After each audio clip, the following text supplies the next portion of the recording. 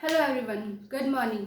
मैं नीतू स्वागत करती हूँ आप सभी का सिंपल वे में। आज हम पढ़ेंगे क्लास 7 साइंस का first chapter, that is nutrition in plant. As we all know that all the living beings on the earth, irrespective to their shape and size, whether it's invisible microbes or a giant one, everyone need food. Why we need food?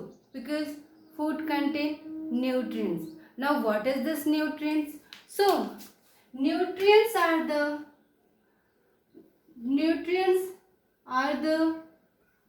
component of food. Nutrients are the components of food that is needed by living beings to alive. Okay, nutrients वो food के वो सारे components हैं, food में वो सारे compounds जो present रहते हैं, जो सारे लिविंग बींग्स के लिए बहुत ही ज़रूरी है उन्हें ज़िंदा रहने के लिए। अब वो न्यूट्रिएंट्स कौन कौन से हैं? For example carbohydrates,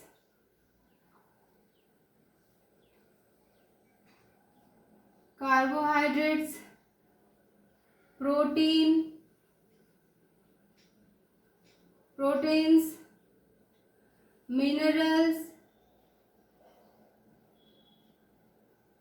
vitamins,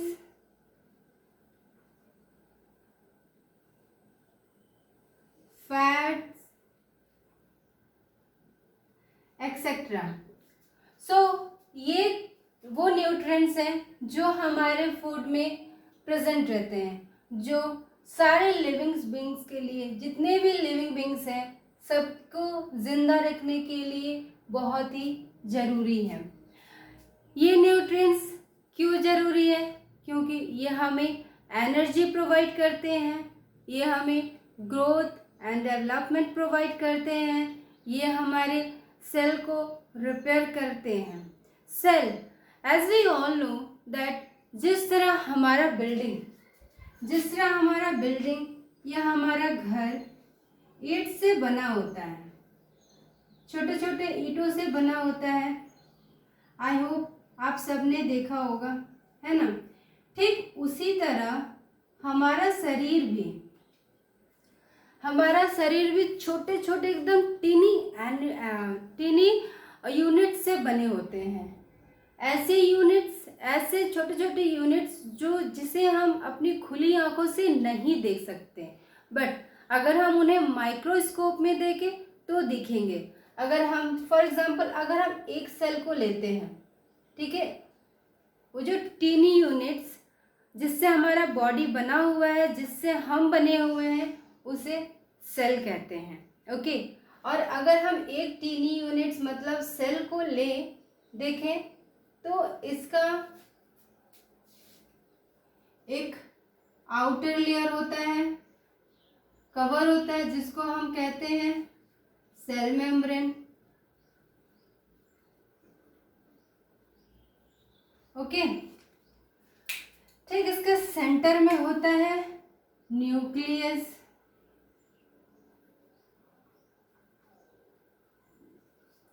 okay, और इस न्यूक्लियस एंड सेल मेम्ब्रेन के बीच में कुछ जेली सब्सटेंसेस प्रेजेंट रहते हैं, उन्हें हम कहते हैं साइटोप्लाज्म। ओके, सो ये वो सेल है जिससे हम सारे लिविंग बींग्स बने हुए हैं।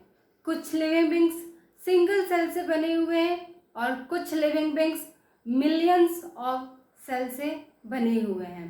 ओके, सो होप आपको समझ में आएगा न्यूट्रिएंट्स क्या है, वो सारी चीज़ें जो हमारे फूड में प्रेजेंट होते हैं, हम सारे लिविंग बींग्स के जिंदा रहने के लिए बहुत ही आवश्यक होते हैं। Nutrients like carbohydrates, protein, minerals, vitamins, fat, water etcetera. Okay, so ये तो रहा न्यूट्रिएंट्स के बारे में। जैसा कि हमारा चैप्टर का नाम है nutrition in plant. Nutrition, nutrition आखिर है क्या? What do you mean by nutrition?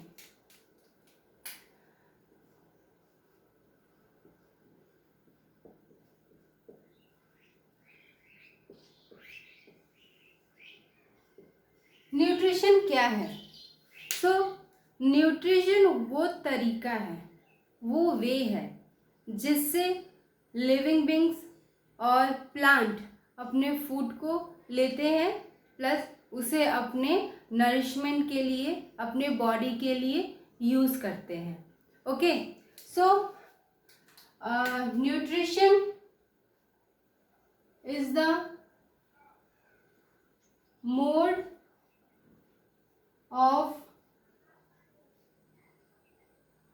of taking food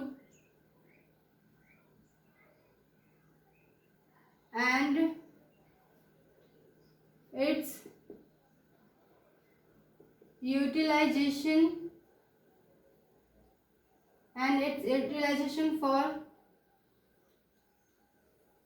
for their body nourishment।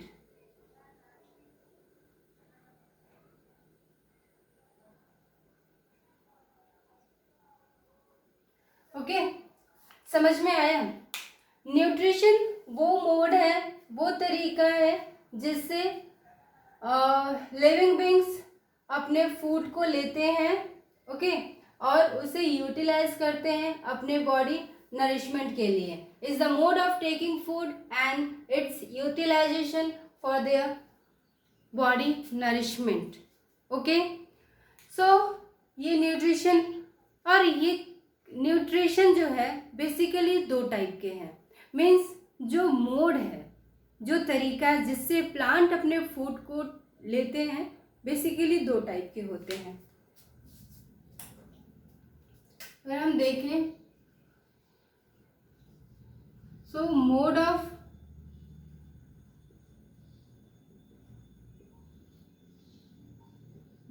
Nutrition basically दो टाइप का है। ओके, एक तो है autotrophs and heterotrophs.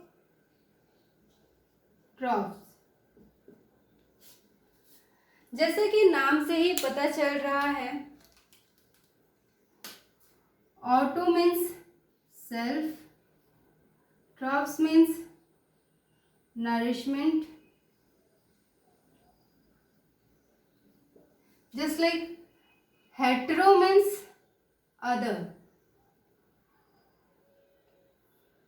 nourishment, trophs means nourishment। so जैसे कि नाम से पता चला, autotrophs means self nourishment. Autotrophs वैसे प्लांट हैं जो अपना फूड खुद प्रिपेयर करते हैं। वो अपने फूड के लिए किसी और पे निर्भर नहीं होते, किसी और पे डिपेंड नहीं होते हैं। ओके, वहीं अगर हेटेरोट्रॉप्स की बात करें तो हेटेरोट्रॉप्स वैसे प्लांट हैं जो अपना फूड खुद प्रिपेयर नहीं करते हैं। वो अपने फूड, अपने न्यूट्रिएंट्स के लिए अदर एनिमल्स, अदर ऑर्गेनिजम्स के ऊपर डिपेंड करते हैं। ओके, सो हम बारी बारी से ये दोनों mode, like autotrophs and heterotrophs, दोनों के बारे में पढ़ेंगे।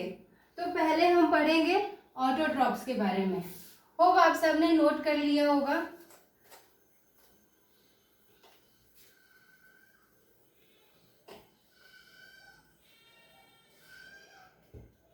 आइए हम पहले पढ़ते हैं ऑटोट्रॉप्स के बारे में।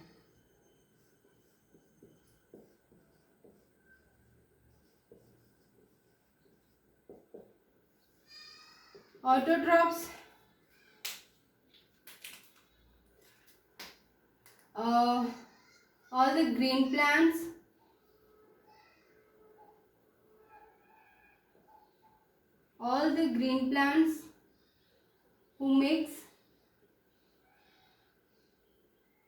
who prepare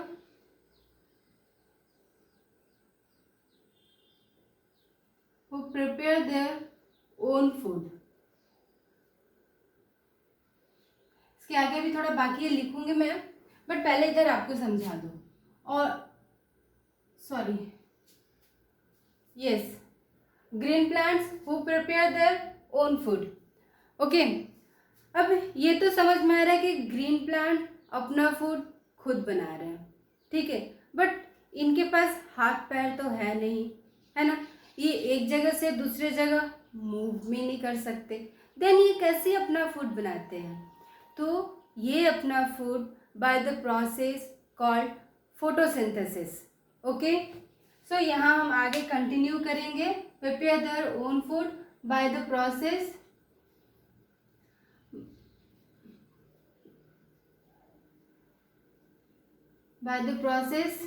called photosynthesis.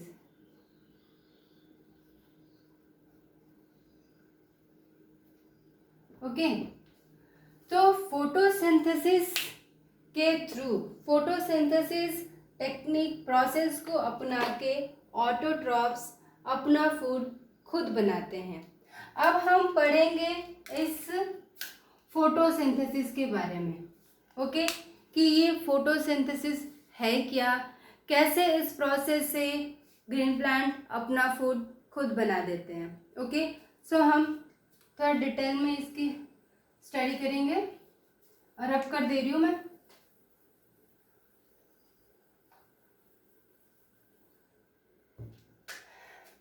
Photosynthesis.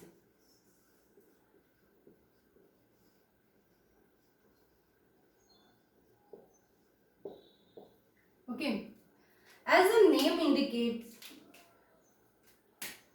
photo means light and synthesis means combine. Okay, so ये basically the process, photosynthesis is the process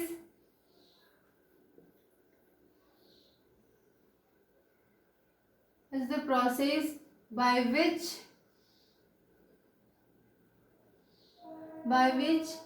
green plants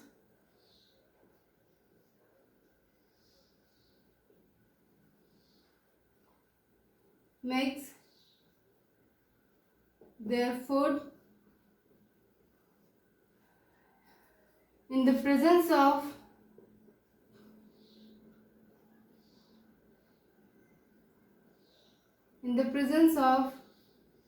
sunlight or light energy. So photosynthesis is the process by which green plants makes their food in the presence of sunlight. Okay, जैसे कि नाम से ही पता चल रहा था कि light, photo means light, तो लाइट के हेल्प से ग्रीन प्लांट अपना फूड बना रहे हैं. बट यहाँ एक और वर्ड है, कंबाइन. ओके, होप आप सबको दिख रहा होगा. Okay, combine. अब ऐसी कौन सी चीजें हैं जिसको कंबाइन करके लाइट के प्रेजेंस में फूड बन रहा है? ओके, हम थोड़ा डिटेल में इसकी पढ़ाई करते हैं. मैं इसको रब करती हूँ.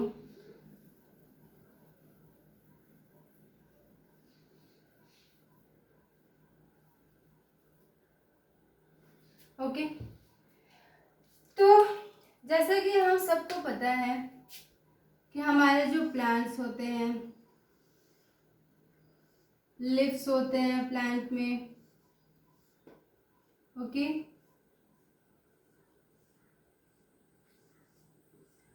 अगर अभी हमने पढ़ा था कि जितने भी लिविंग बींग्स हैं वो सेल से बने हुए हैं, अलग अलग सेल से बने हुए हैं. कुछ लिविंग बींग्स ऐसे हैं जो सिंगल सेल से बने हैं, कुछ लिविंग बींग्स जो मल्टीपल सेल्स से बने होते हैं। ओके, सब सेल्स अलग अलग होते हैं, ठीक है। अलग अलग सेल्स के अलग अलग फंक्शन होते हैं, ठीक है। हमारे बॉडी में और लिविंग बींग्स के बॉडी में अलग अलग सेल अलग अलग फंक्शन, अलग अलग काम करते हैं। तो अगर हम इस लिप्स को माइक्रोस्कोप में देखें, ठीक है, माइक्रोस्कोप में देखें तो हमें दिखेगा कि इसमें बहुत सारे ग्रीन पिगमेंट्स हैं,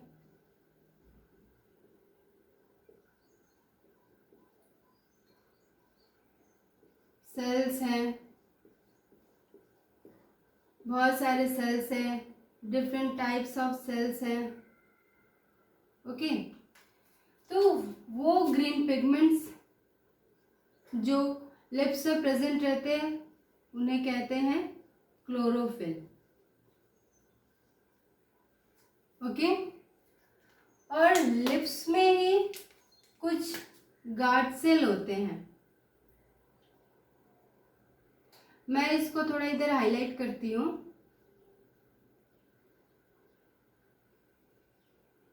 ये एकदम किडनी बीज की तरह होते हैं। आपने राजमा खाया, राजमा देखा होगा आपने, उसी तरह के ये सेल्स होते हैं। ये जो सेल्स हैं इन्हें कहते हैं गार्ड सेल, जो लिप्स में प्रेजेंट रहते हैं। तो इन दोनों गार्ड सेल के बीच में एक स्पेस रहता है, एक होल रहता है, ओपनिंग रहता है डे टाइम में। यहाँ से क्या होता है, जो CO2 है, कार्बन डाइऑक्साइड है, CO2 हमारे एनवायरनमेंट में प्रेजेंट रहता है, वो इस होल जिसको हम स्टोमेटा कहते हैं, इस होल को हम स्टोमेटा कहते हैं, और इस स्टोमेटा के थ्रू ये जो है CO2 लिप्स में जाता है, एंटर करता है। ओके, उसी तरह हमें पता है कि जो रूट होता है, प्लांट रूट, ग्राउंड सॉइल में वाटर प्रेजेंट है। तो प्लांट में एक वेसल्स होता है, एक्चुअली 2 वेसल्स होते हैं, फ्लोएम एंड जाइलम, बट यहाँ हम पहले जाइलम के बारे में पढ़ते हैं। तो ये जो जाइलम होता है ये प्लांट के डिफरेंट पार्ट में एक पाइप, वाटर पाइपलाइन की तरह काम करता है। ये क्या करता है, ग्राउंड से वाटर लेके लिप्स को सप्लाई करता है। ओके, ये इसका नाम क्या है, जाइलम। जाइलम ग्राउंड से वाटर लेके लिप्स को सप्लाई करता है।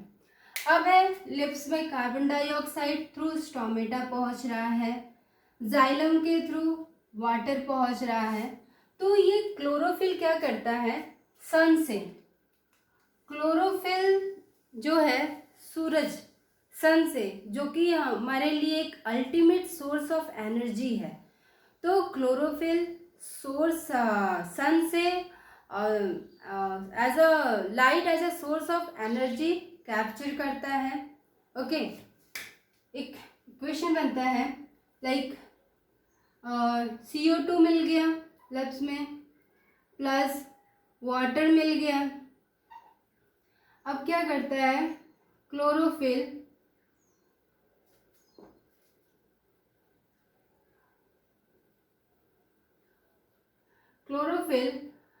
सन को, सनलाइट को as a source of light energy use करके अपना फूड बनाता है। और वो क्या फूड बनता है, कार्बोहाइड्रेट बनाता है। कार्बोहाइड्रेट्स प्लस ऑक्सीजन रिलीज करता है, oxygen. So carbon dioxide water को यूज़ करके क्लोरोफिल सनलाइट के प्रेजेंस में सनलाइट से light as a source of energy use करके कार्बोहाइड्रेट्स बनाता है। Carbohydrates like glucose, okay, glucose बनाता है प्लस O2 सेक्रेट करता है, मीन्स ऑक्सीजन भी प्रोड्यूस करता है। होप इतना आपको समझ में आया होगा कि किस तरह जाइलम वेसल ग्राउंड से वाटर सप्लाई करता है लिप्स को, स्टोमेटा के थ्रू, स्टोमेटा एक दो गार्ड सेल के बीच का जो स्पेस होता है उसके थ्रू कैसे कार्बन डाइऑक्साइड सप्लाई होता है लिप्स को, देन क्लोरोफिल सनलाइट से हीट एनर्जी कैसे एब्जॉर्ब करती है यूज़ करके, हीट एनर्जी को यूज़ करके और दोनों को कंबाइन करके, जैसा कि हमने नाम पे पढ़ा था कि सिंथेसिस मीन्स टू कंबाइन, तो कार्बन डाइऑक्साइड H2O इन दोनों को कंबाइन करके सनलाइट के प्रेजेंस में कैसे कार्बोहाइड्रेट लाइक ग्लूकोज और प्लस O2 बनाता है। ओके, हम थोड़ा इससे और आगे पढ़ते हैं।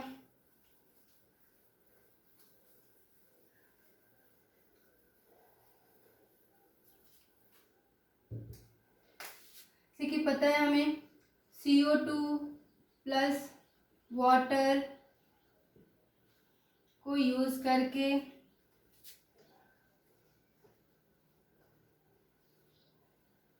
कार्बोहाइड्रेट्स प्लस ऑक्सीजन बनता है।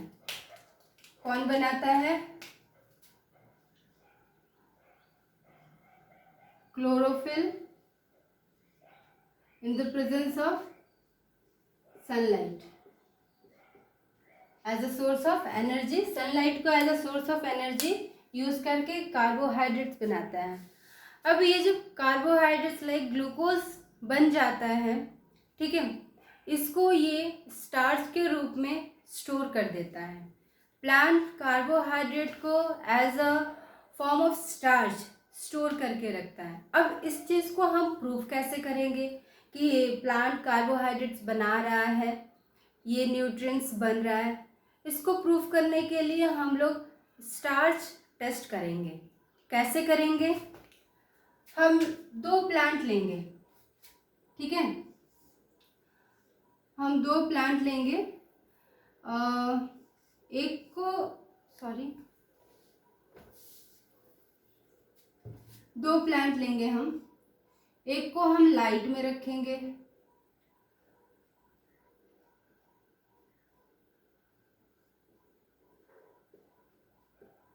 और एक को हम डार्क में रखेंगे, ठीक है, जहाँ पे उसे कोई किसी भी टाइप का लाइट एनर्जी ना मिले। दो प्लांट लेंगे, एक को हम रूम के अंदर रखेंगे, एक को हम रूम के बाहर रखेंगे फॉर 72 आवर्स, 72 आवर्स के लिए दोनों प्लांट्स को रखेंगे।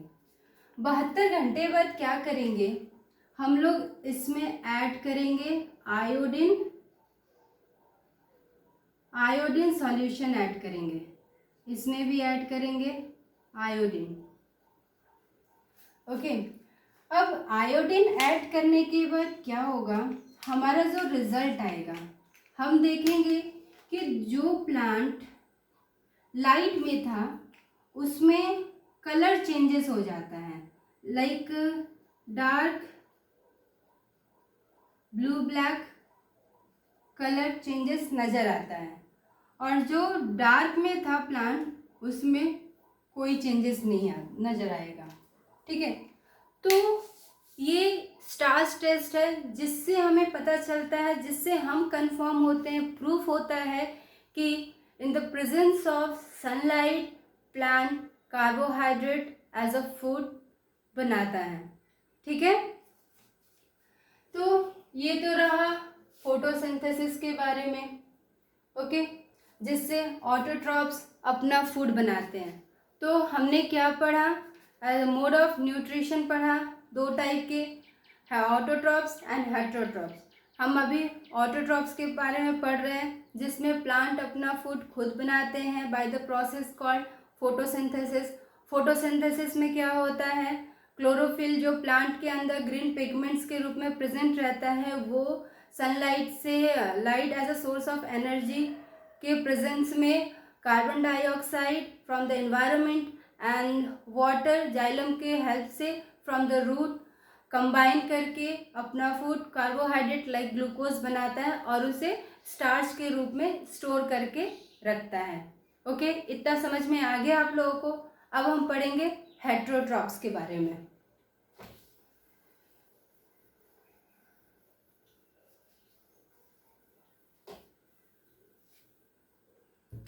अब हम पढ़ेंगे हेट्रोट्रॉप्स के बारे में।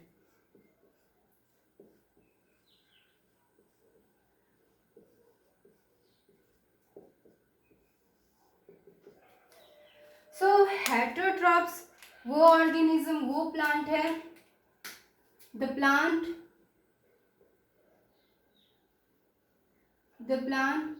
who does not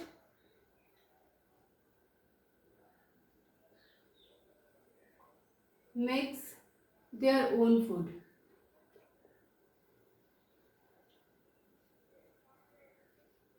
Okay, they depends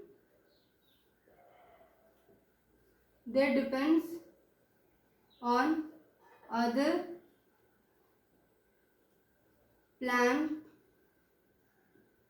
or organism.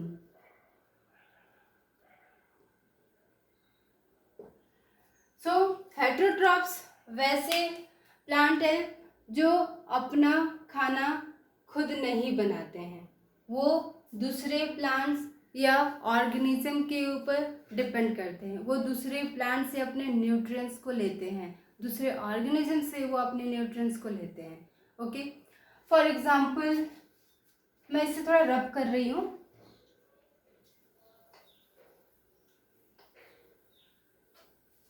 आपने पढ़ा होगा इंसेक्टिवोरस प्लांट के बारे में।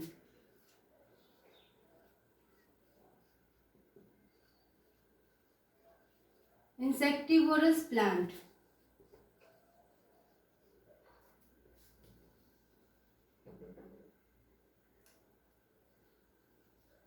इंसेक्टिवोरस प्लांट के बारे में आपने पढ़ा है।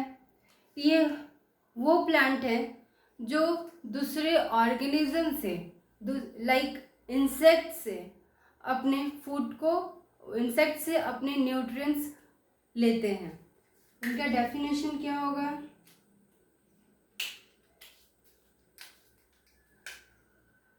Insectivorous plant are those plants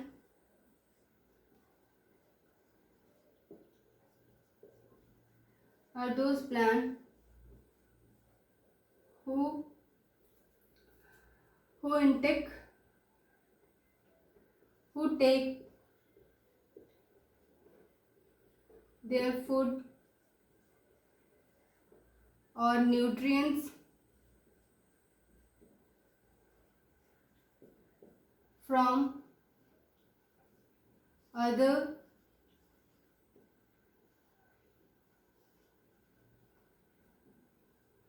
organisms. Okay, so ये वो प्लांट है, वो एनिमल्स हैं, सॉरी वो प्लांट्स हैं जो अपने फूड दूसरे ऑर्गेनिज्म या फिर लाइक इंसेक्ट से अपने फूड को, अपने न्यूट्रिएंट्स को लेते हैं। ओके, होप आपको समझ में आ रहा होगा।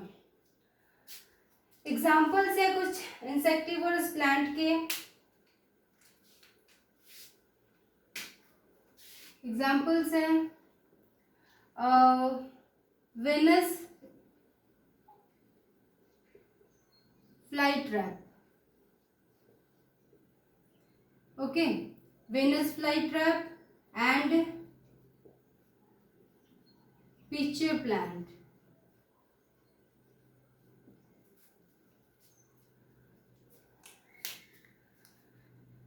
वेनस फ्लाईट्रैप ऐसा प्लांट है जो कुछ इस टाइप के होते हैं। इनके जो साइड्स में ना ऐसे नुकीले टाइप के, एक प्रोजेक्शन टाइप के निकले होते हैं। यहाँ पे जो भी इंसेक्ट इस पोर्शन में, जो उनके बेस में यहाँ पे जो भी इंसेक्ट आते हैं वो इसको ऐसे ट्रैप कर लेते हैं। ओके, ट्रैप करने के बाद क्या करते हैं, कुछ डाइजेस्टिव एंजाइम और डाइजेस्टिव जूस सिक्रेट करते हैं, जिससे क्या होता है, जो इंसेक्ट होता है लाइक जो भी फ्रॉग, माउस या फिर कोई भी इंसेक्ट होता है, वो क्या होता है, वो डिज़ोल्व होता है उस डाइजेस्टिव जूस के कारण। जब वो डिज़ोल्व हो जाता है देन ये वेनस प्लांट उसके न्यूट्रिएंट्स को यूटिलाइज कर लेते हैं। उसी तरह जो पिचर प्लांट होते हैं, जो पिचर प्लांट है वो क्या करते हैं, वो एक्चुअली एक लीफ को मॉडिफाई किया हुआ प्लांट है। लीफ मॉडिफाई कर लेता है खुद को, एक बैग की तरह बन जाता है और उसके जो सामने का जो एपेक्स होता है वो लिड की तरह काम करता है, ढक्कन की तरह काम करता है। तो कोई भी इंसेक्ट जब उसके अंदर जाता है तो ऊपर से वो क्लोज हो जाता है, ढक्कन की तरह क्लोज हो जाता है। फिर इससे होता है क्या, फिर वही बात मीन्स फिर से वो digestive juice, pitcher plant digestive juice secrete करता है, वो इंसेक्ट डिज़ोल्व हो जाता है और उसके न्यूट्रिएंट्स को पिचर प्लांट यूज़ कर लेते हैं। सो ये तो रहा insectivorous plant. Okay, next type of हम हेटेरोटाइप्स ऑफ प्लांट पढ़ेंगे, that is parasitic plant.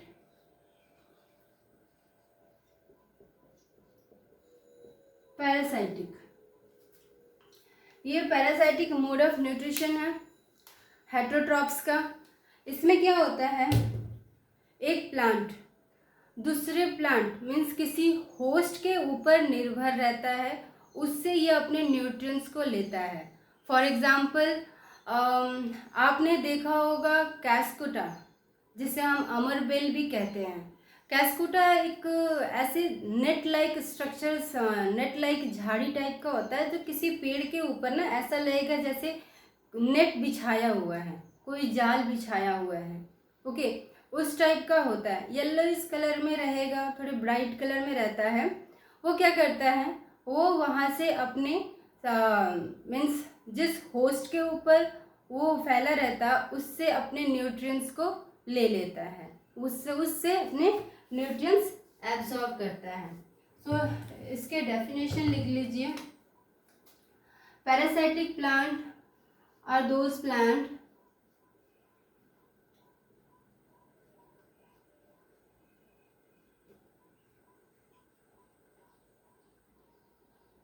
who take their nutrients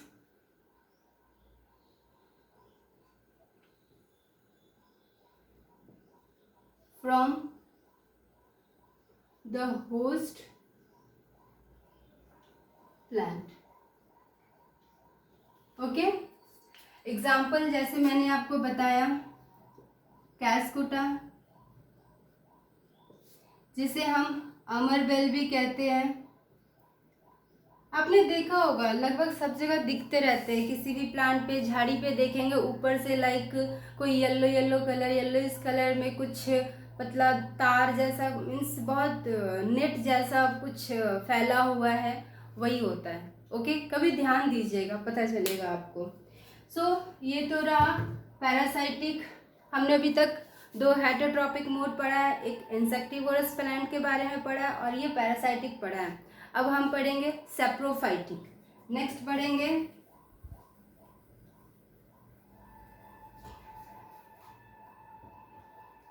saprophytic plant.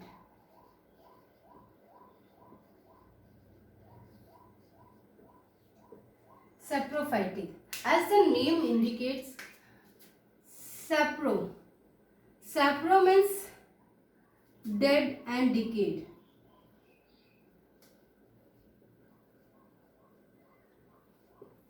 ऐसे organism or plants, the plant which takes their food or nutrients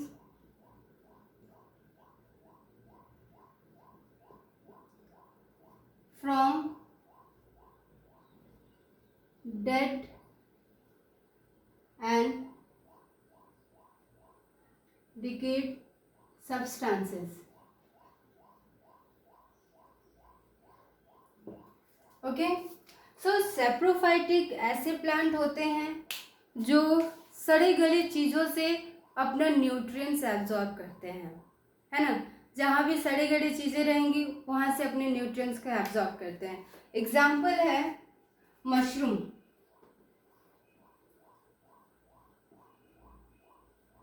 mushroom, then fungi, etcetera. So basically ये mushroom, fungi are the example of saprophytic plant जो कि सड़े गले चीज़ों से अपने nutrients को एब्जॉर्ब करते हैं। मशरूम आपने देखा होगा कि कहीं डेड एंड डिकेड जो भी बॉडीज या फिर सब्सटेंसेस होंगे उसके ऊपर अम्ब्रेला लाइक एक वाइट कलर का अम्ब्रेला लाइक प्लांट टाइप का ग्रो हुआ रहता है। ओके, आप कहीं कहीं देखेंगे जो एकदम ऐसा लगेगा डंडा रहता है ऐसे, ऊपर अम्ब्रेला लाइक ऐसे रहता है। ओके, वो होता है मशरूम। और जनरली आपने देखा होगा कि जब ब्रेड खराब हो जाता है तो उसके ऊपर greenish colour thread like structures ऊपर आ जाते हैं जो ब्रेड से अपने न्यूट्रिएंट्स को एब्जॉर्ब करते हैं, वो है फंगस। फंगस इन्वायरमेंट में रहते हैं बहुत जगह, लाइक ये बहुत ज़्यादा वेट ड्राई एरिया पे ज़्यादा रहते हैं, गीले और मीन्स लाइक कपड़े में, पिकल्स में हमारे अचार ख़राब हो जाते हैं। कैसे ख़राब हो जाते हैं, हम तो अंदर रहते हैं लेकिन हमारे हाथों में रहते हैं, शरीर पे, बॉडी में, इन्वायरमेंट में कहीं भी आके बैठ जाते हैं, कपड़ों में भी लग जाते हैं। इन्वायरमेंट आपको मीन्स फंगस आपको दिखते होंगे, अचार ख़राब हो जाते हैं। बहुत सारे फूड जैसे कुछ दिन के लिए हम लोग रख देते हैं हवा में, हम उसको हाथ से टच कर देते हैं, अगर हमने हाथ साफ से नहीं धोया तो उसमें भी फंगस लग जाता है। तो ये ऑलमोस्ट एवरीवेयर मिलता रहता है फंगस। ओके, सो ये है सेप्रोफाइटिक मोड, हमने पढ़ लिया insectivorous plant, parasitic plant, saprophytic plant. अब एक लास्ट हेटेरोटाइप्स है,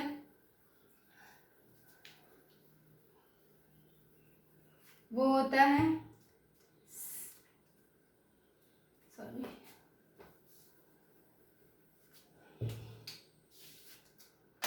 सिम्बायोटिक।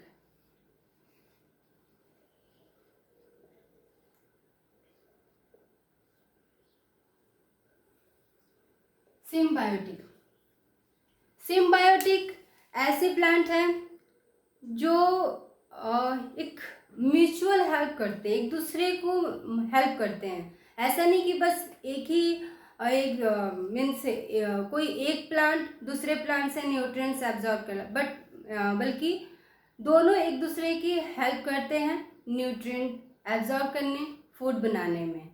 फॉर एग्जांपल पहले इसका डेफिनेशन लिख लीजिए।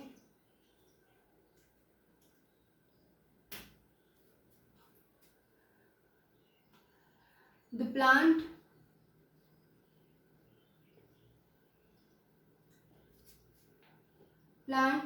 who feed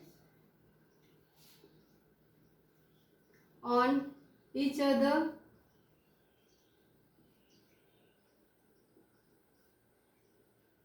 for their nutrients.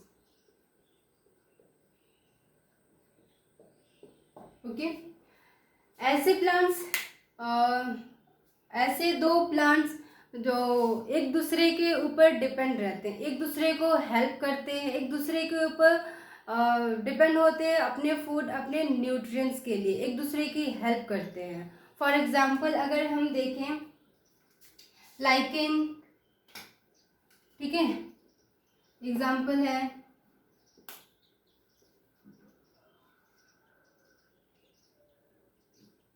Lichen, देखा होगा आपने लाइकेन। फिर लाइकेन लाइक ये कॉम्बिनेशन है आपका फंगस और एल्गी का। Fungus plus algae. ये दोनों फोटोसिंथेटिक हैं, ठीक है।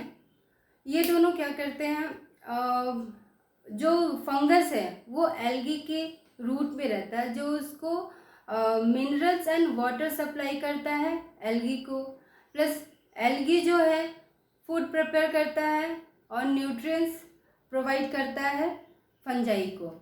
उसी तरह बहुत सारे हम लोग ट्री में देखते होंगे, बड़े बड़े पेड़ों में या फिर पेड़ों में देखते हैं हम कि उनके रूट या फिर उनके बेस के पास बहुत सारे फंगस लगे रहते हैं, ग्रीनिश वाइट कलर रहते हैं ना, ब्लू कलर में लगे रहते हैं। आप देखेंगे वो क्या करते हैं, जो फंगस है वो ट्री को वाटर एंड मिनरल्स सप्लाई करने में हेल्प करते हैं, प्लस वो ट्री से रिटर्न में न्यूट्रिएंट्स एब्जॉर्ब करते हैं। सो सिम्बायोटिक में दोनों प्लांट एक दूसरे की हेल्प करते हैं, एक दूसरे के ऊपर फिट करते हैं, एक दूसरे से न्यूट्रिएंट्स एब्जॉर्ब करते हैं। ओके, तो ये तो रहा सिम्बायोटिक प्लांट। हमने पढ़ लिया हेटेरोट्रॉप्स में इंसेक्टिवाइरस प्लांट जो कि इंसेक्ट से अपने न्यूट्रिएंट्स को एब्जॉर्ब करते हैं। देन हमने पढ़ा पैरासाइटिक प्लांट, वैसे प्लांट जो होस्ट से अपने न्यूट्रिएंट्स एब्जॉर्ब करते हैं। फिर हमने पढ़ा सेप्रोफाइटिक प्लांट्स, वो थे जो सड़े गले डेड एंड डिकेट्स मटेरियल से अपने न्यूट्रिएंट्स को एब्जॉर्ब करते हैं। फिर हमने पढ़ा सिम्बायोटिक मीन्स दोनों एक दूसरे के ऊपर फिट करते हैं, दोनों एक दूसरे से हेल्प लेते हैं और अपना न्यूट्रिएंट्स एब्जॉर्ब करते हैं। सो हमने पढ़ लिया, हेटेरोट्रॉप्स भी पढ़ लिया। अभी तक हमने क्या क्या पढ़ा, न्यूट्रिएंट्स पढ़ा, न्यूट्रिशन पढ़ा, mode of nutrition like autotrophs, heterotrophs. Autotrophs में हमने फोटोसिंथेसिस पढ़ा, फिर स्टार्च टेस्ट पढ़ा, फिर हमने हेटेरोट्रॉप्स पढ़ा। हेटेरोट्रॉप्स में insectivorous, parasitic, saprophytic and symbiotic process पढ़ लिया। अब हम आगे बढ़ते हैं कि जब प्लांट ग्रो होता है तो उसे न्यूट्रिएंट्स चाहिए होता है, बेसिकली एनपीके, ठीक है, nitrogen, potassium,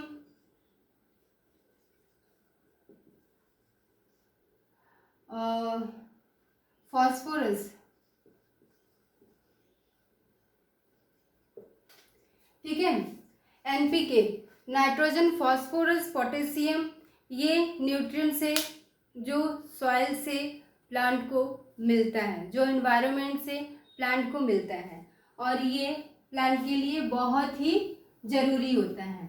but as we know कि ये ज़रूरी है तो ऑब्वियसली प्लांट इसको यूटिलाइज करता होगा।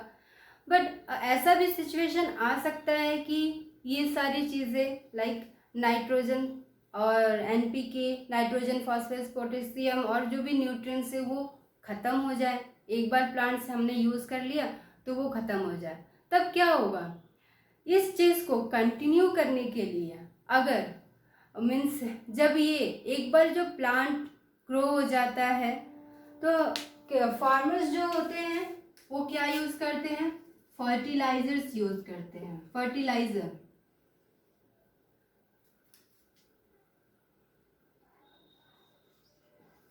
ओके, फर्टिलाइज़र यूज़ करते हैं, या तो नेचुरल फर्टिलाइज़र यूज़ करते हैं या केमिकल फर्टिलाइज़र।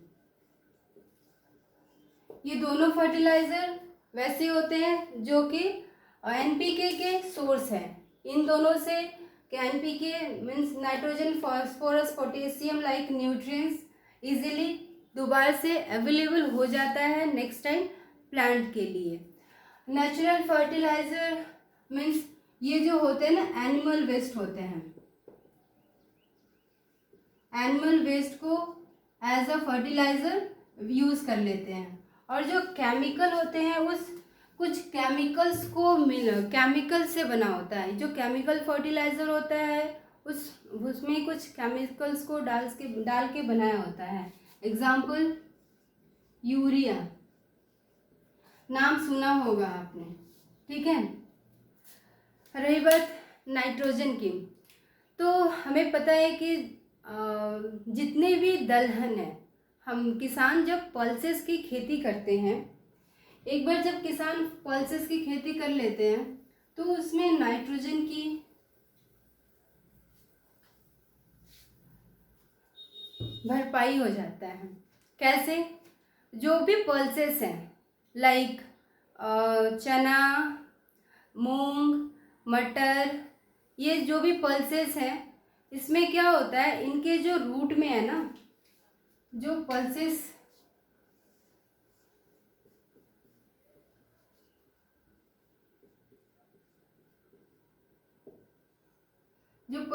इनके जो रूट में है ना, लेग्यूम्स प्रेजेंट होते हैं। जितने भी दलहन है उसमें लेग्यूम्स प्रेजेंट होते हैं। ये लेग्यूम्स के अंदर, इन लेग्यूम्स के अंदर राइजोबियम बैक्टीरिया रहते हैं। जो लेग्यूम्स होते हैं, दलहन पल्सेस के रूट में, उनके अंदर